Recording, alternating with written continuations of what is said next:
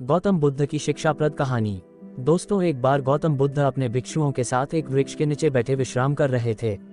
उस वृक्ष की छाव में बुद्ध अपने भिक्षुओं की जिज्ञासा दूर कर रहे थे। बुद्ध के सभी भिक्षु एक एक करके उनसे प्रश्न पूछ रहे थे और गौतम बुद्ध उनके प्रश्नों के उत्तर दे रहे थे।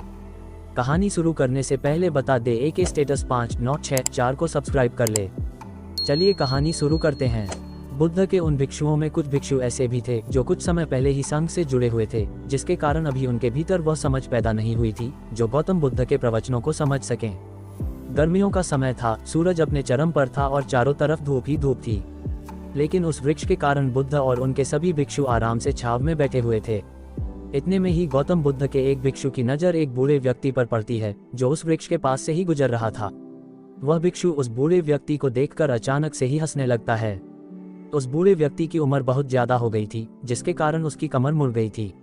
उस बूढ़े व्यक्ति के हाथ में एक डंडा था, जिसका सहारा लेकर वो बूढ़ा व्यक्ति अपनी मंजिल तक पहुंचने का प्रयास कर रहा था। उस बूढ़े व्यक्ति का शरीर केवल हड्डियों का ढांचा मात्र था। अपने भिक्षु को हंसते हुए देख बुद्ध उससे कहते हैं कि मेरे प्रिय भिक्षुओं, कृपा कर हंसो मत, क्योंकि जिस व्यक्ति को देखकर तुम अभी हंस रहे हो वो कोई साधारण व्यक्ति नहीं है, बल्कि वह व्यक्ति इसी क्षण तुम्हारे जीवन को रूपांतरित करने की क्षमता रखता है। जो आज तक मैं तुम्हें सिखा नहीं पाया, वह ये बूढ़ा व्यक्ति तुम्हें सिखा रहा है। इसके द्वारा दी गई सीख को बेकार ना करो। बुद्ध की ये बात सुनकर वह भिक्षु बुद्ध से कहता है कि मुझे क्षमा करे बुद्ध, पर मुझे ये समझ नहीं आ रहा है कि जो एक बूढ़ा व्यक्ति जो खुद अपने शरीर और अपनी बीमारियों से लाचार है, वो मुझे क्या सिखा सकता है। फिर बुद्ध उस भिक्षु से कहते हैं कि ये बूढ़ा व्यक्ति तुम्हें तुम्हारा भविष्य दिखा रहा है। जिस बुढ़ापे को और लाचारी को देखकर तुम अभी हंस रहे हो, वो बुढ़ापा और लाचारी तुम्हारे जीवन में भी आने वाली है। वह बूढ़ा व्यक्ति तुमसे कह रहा है कि अभी समय है इस स्वस्थ शरीर का अच्छे कर्म करने के लिए उपयोग करो। अगर तुम्हारा ये स्वस्थ शरीर तुम्हारे हाथ से निकल गया तो फिर से वापस नहीं आएगा। और अभी तुम्हारा ये शरीर सही से काम कर रहा है, जैसे कि तुम्हारे हाथ, पैर, आंख, कान और ये सभी चीजें सही से काम कर रही है। क्या ये छोटी बात है? और क्या तुम इसे मामूली सी बात समझ रहे हो? ये घटना कोई साधारण घटना नहीं थी जो अभी तुम्हारे साथ घटी, और ये घटना तुम्हारे जीवन को बदलने की क्षमता रखती है। ठीक इसी तरह की घटना ने मेरा जीवन बदला था और इस तरह की घटना के कारण ही मैं आज बुद्ध हूँ। फिर वह भिक्षु बुद्ध से कहता है कि क्षमा करें बुद्ध, परंतु मेरे मन में यह विचार ही नहीं आया कि मैं उस बूढ़े व्यक्ति से कुछ सीख सकता हूँ। उसे देखकर केवल मुझे हंसी आ गई।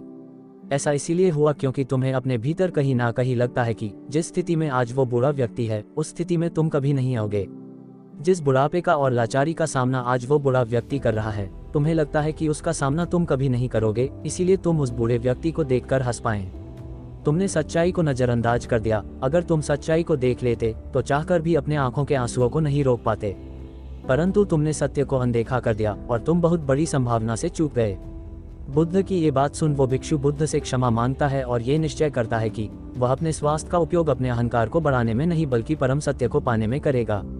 दोस्तों, जो लोग इस कहानी को पढ़ रहे हैं, हो सकता है कि आप बड़ी बड़ी समस्याओं में हो या हो सकता है कि आप परेशानियों में हो, लेकिन फिर भी एक बात को हमेशा ध्यान में रखना है कि जब तक आपका स्वास्थ्य ठीक है, तब तक आप किसी भी बड़ी से बड़ी समस्या से बाहर आ सकते हैं। दोस्तों, इसीलिए बुद्ध ने कहा है कि हमारा स्वास्थ्य हमारा सबसे बड़ा उपहार है जो हमें इस सृष्टि से मिला हुआ है, इसीलिए इसका उपयोग सही से करें।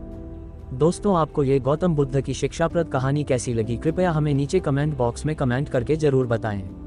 और आपको ये कहानी पसंद आई होगी तो अपने दोस्तों के साथ इसे अवश्य शेयर कीजिए, ताकि और लोगों को भी गौतम बुद्ध की शिक्षाप्रद कहानी पढ़ने को मिल सके।